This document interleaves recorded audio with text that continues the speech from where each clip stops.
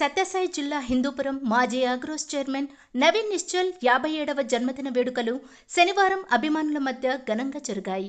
Valmiki circle నందు నిర్వహించిన అభిమానుల సమక్షంలో బాణసంచా కాల్చి కేక్ కట్ చేసి సంబరాలు జరుపుకున్నారు. వాల్మీకి మహర్షికి పూలమాల వేసి ఘనంగా నివాళులర్పించిన నవీన్ నిశ్చల్ అనంతరం Hindupuram Bengaluru road teachers colony నందు తన సొంత కార్యాలయంలో అభిమానుల మధ్య కేక్ కట్ చేశారు.